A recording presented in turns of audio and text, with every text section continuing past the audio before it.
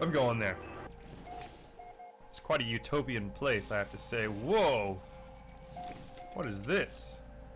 What are these? What? They're like flying crocodiles. Oh my god.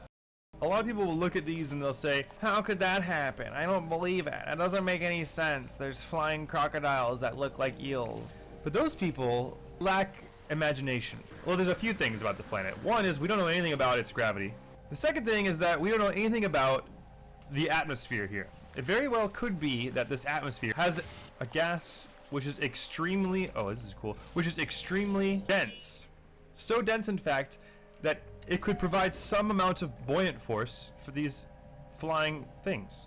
Because they all seem to be flying on the same level, right? So if they're all flying on the same level, it must mean that there is a layer of gas on which they are floating. Let's say instead, perhaps, that there's a strange electromagnetic field, electromagnetic force, fuck, I can't even speak. And we don't know anything about the electromagnetic field in this planet. What we do know, though, is that it's possible that animals on Earth, we know, can create electromagnetic forces. For instance, a clip eel can make enough electromagnetic force to shock a man and kill him. It's completely believable that these could create enough of an electromagnetic force. If you think this is insane, you aren't using your brain.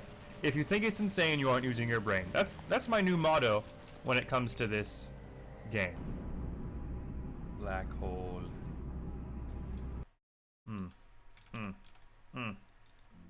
Yeah. Yeah.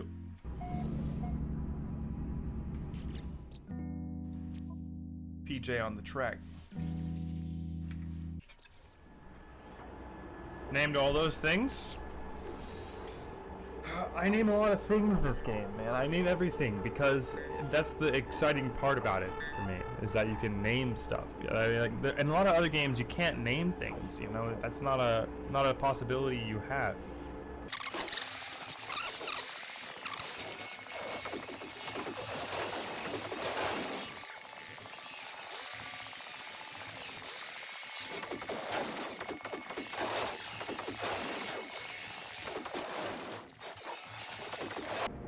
This beautiful vista, little fjord here. This is nice.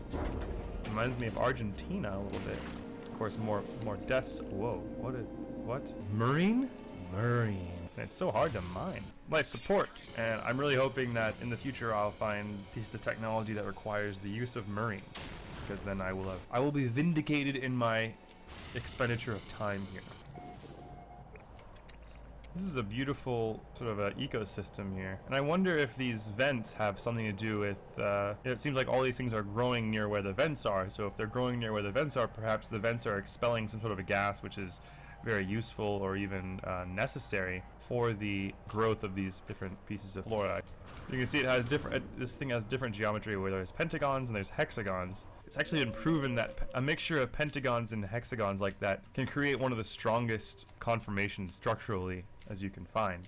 And what's also interesting is that you have these ones which are empty, and you have these ones which have things growing out of them. Are they a mixture of, say, this type of plant and this type of plant? Is it a symbiotic event occurring here?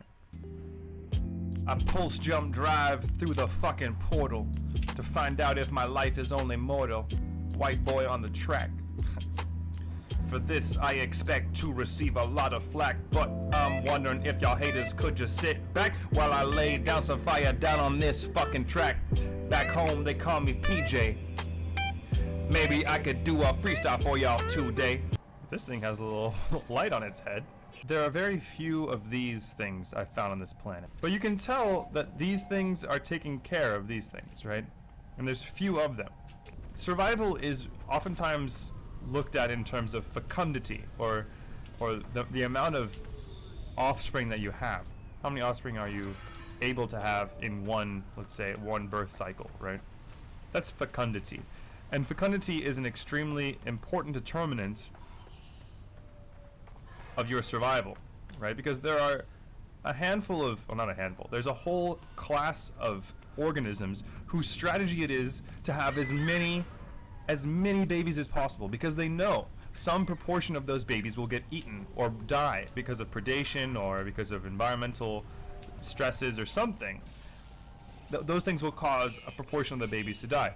Now, those are called are strategists. Are strategists. Like, for instance, frogs, they lay clutches of like hundreds of eggs at once, and you only expect to find like a few frogs every time the frogs go to spawn, right? That would make frogs an R strategist, okay?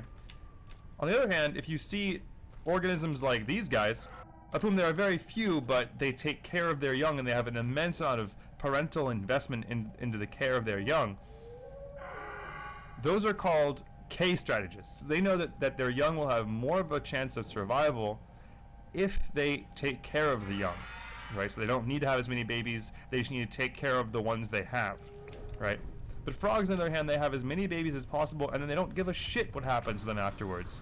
And a lot of people think that K strategists, or rather parental care, is one of the origins of what we know of as love. And so that's one of the reasons why many psychologists and biologists think that any life form which is an R strategist, any life form which is incapable of giving a good degree of parental care, is also incapable of connecting with us on a human or a emotional level. And of course, this is just a construct. It's not a real thing.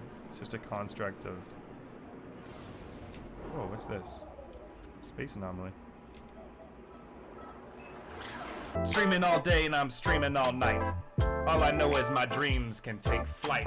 Mama told me I'm a motherfucking streamer. I said, no, Mom, I'm a motherfucking dreamer. You. Thank you for participating in this computer-aided enrichment activity.